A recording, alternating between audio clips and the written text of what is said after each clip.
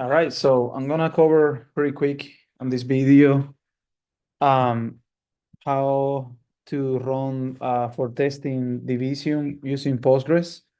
And obviously for so Debezium is this tool that allows you to um, to do CDC, which is capture data change in in a bunch of different database. It's an incredible tool. I'm just learning about it. I started today, but I find it really interesting.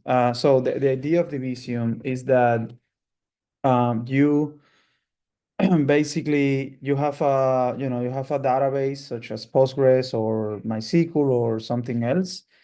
And let's see, it's taking a little bit.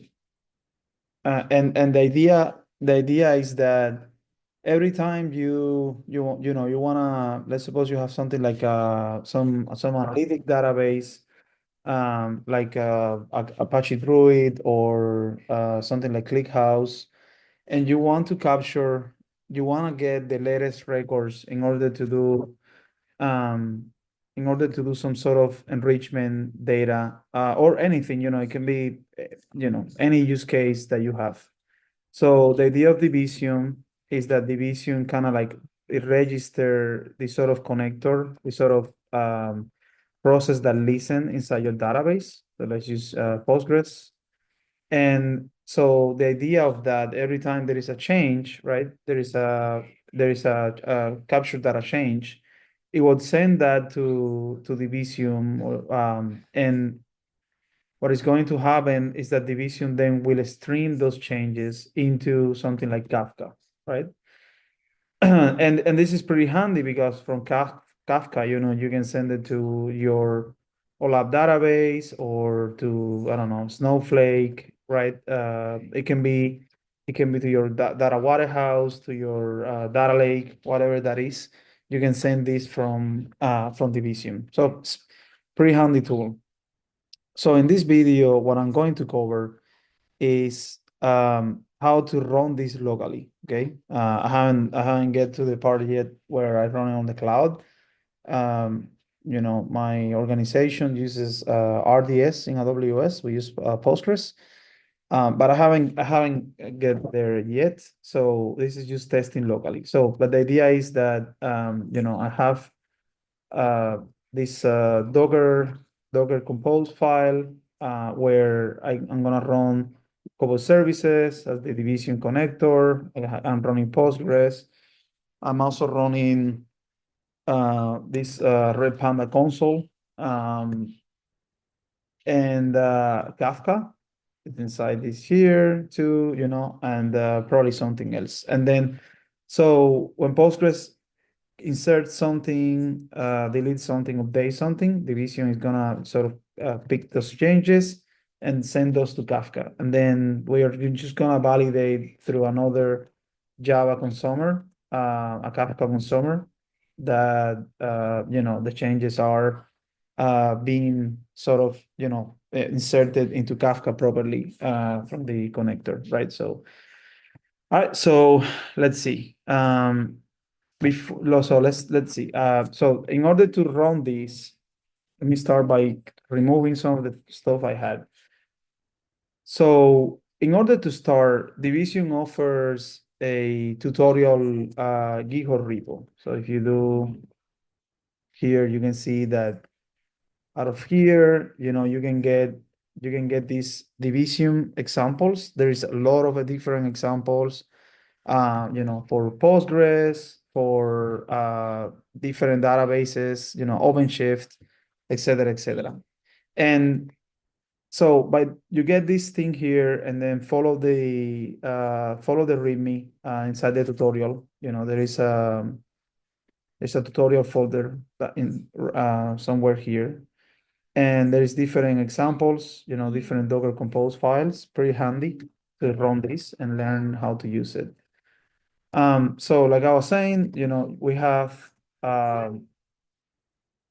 this Docker, this Postgres Docker Compose. I updated a little bit in order to include the Redpanda console. just to see, what was going on inside the Kafka cluster and all of that. Redpanda is also another great tool that you can use. You can get it right here, Redpanda dash data slash console in GitHub. It's a great project. So, it will let you, it's a UI for data streaming pretty much. So it kind of looks like this. This is on my local host, and I'm going to walk you through this in a little bit. So like I was saying, you can visit the Debezium website and learn more about the connector, some of the constraints, some of the important details that you have to have in consideration when connecting Debezium to Postgres. And it's a very extensive documentation, really deep, excellent. This is one of the best documents I have ever read. Super well crafted. Okay, so with this Docker Compose file that is going to run Postgres, is going to run Zookeeper for Kafka. It's going to run Kafka, the console that I was telling you about, the Redpanda Console. There is Postgres, and then there is the Debezium Connect, right? We're going to run this. We're going to run this by I'm just going to use the latest version here, and I just tear it down. So we're going to run it, and it's going to run a bunch of different things, all of the stuff that we have defined inside the Docker compose file. Something to know here, I was running into some issues, so I ended up adding these networks here, Kafka network, to each one of the services, and also like defining that using the bridge as a driver. And you can see I had to list it for each one of these. I guess while I keep playing with this and troubleshooting and stuff, I will figure, what was going on. But this was just to get it working. The other thing was, let me see, I had to define the Kafka advertised listeners in order, for clients to know where to connect to Kafka, and, the Kafka listeners here too. So I had to sort of update some of these things, some of these details that you might have to update it too, so try to follow pretty much, try to grasp these details on the video to get it to work. All right, so with that, we just run the Docker Compose app. It run all of these services, right? And there is a lot there. And we can directly just go to Redpanda, right? So we can go here. The cluster is running. We see the status of the cluster here, and we can see some of the topics. So let's delete this one. It will usually, with this setup that I use, this Docker Compose, it will look just like this, right? We just have my connect configs, pretty simple, nothing relevant just yet, okay? So the next thing I'm going to do is I'm going now to provision that Debezium connector to be able to create the CDC connector, right? So every time we insert something into a database, every time we update or we delete something, Debezium is going to change. It's going to stream those changes into Kafka. And then from there, we can subscribe and consume from Kafka and get the messages. So Curl is this tool for, it's an HTTP client on the terminal. We're just gonna send, this post request to this endpoint connectors. This is offered by the Debezium API internally. And we're gonna call this register called Postgres. So if you see this file, it is also provided in the tutorial GitHub repository folder. So you're gonna see that, we're gonna use the Postgres connector, which database is pointing, username, password, DB name, yada, yada. Something here very important is the schema. And also, if you change in your Docker Compose any of your, username, password, you also want to update that in here. So, okay, with that, so let's run it. And the moment we run it, it's gonna say that, it succeeded, right? So it created with a 201. And we can check we can tell, okay, now give me back the connectors, and there is that example connector defined on that, the name that we define right here, so you can change it. And you can also get the status by calling the connector name and then the slash status, and then we tell you running, and then you can see some of the details about the worker ID, for some of the internals of this Debezium stuff. All right, so with that, once you go to Redpanda, now there is a little bit, there is more topics. There's new topics created. And this is so every time we sort of work in any of these databases, you're gonna get different messages. I've been already playing with it, so right now it's just gonna stream back some of this data. All right, so this is sort of like the I guess the first part of this. So basically, we set up Debezium, there's Kafka running, right? And we got our Postgres database running there, and some of the topics for Kafka have been created.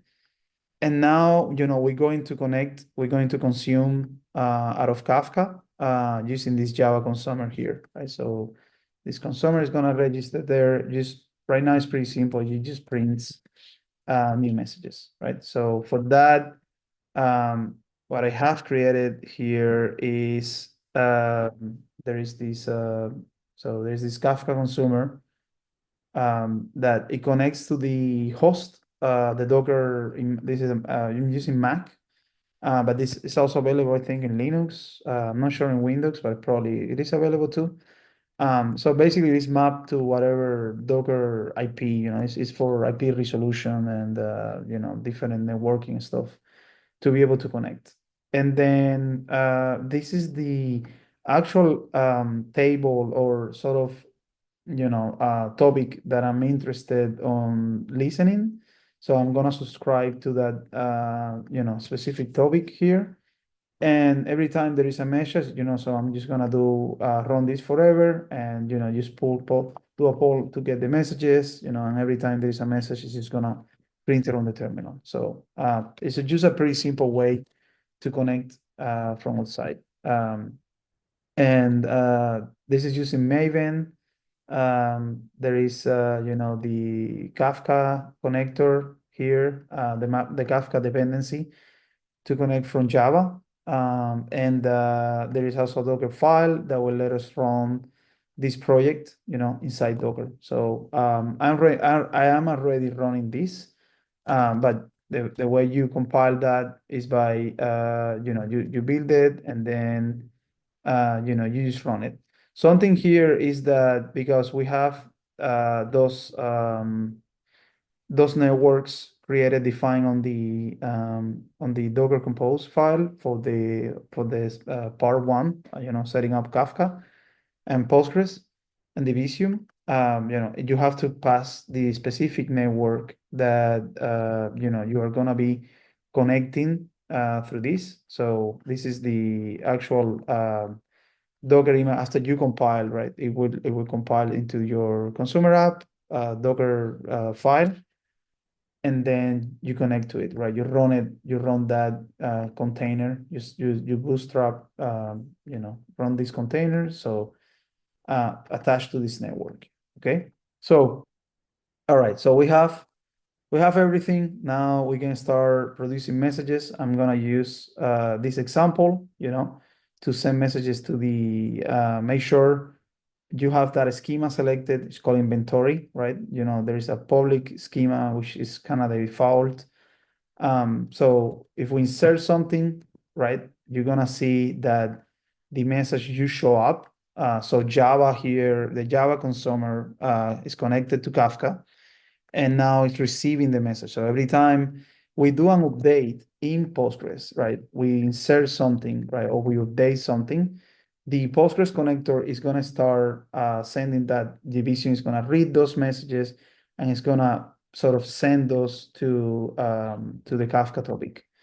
And there is also pretty handy the Redpanda console. It's pretty cool for that too. So you can get into the topic and you can see, the messages that are getting through. There is a payload portion down here on this JSON message where you can see the specific data that is coming by, and it's telling you, what was there before, and what change was made, to today. So for example, let's do this to see now.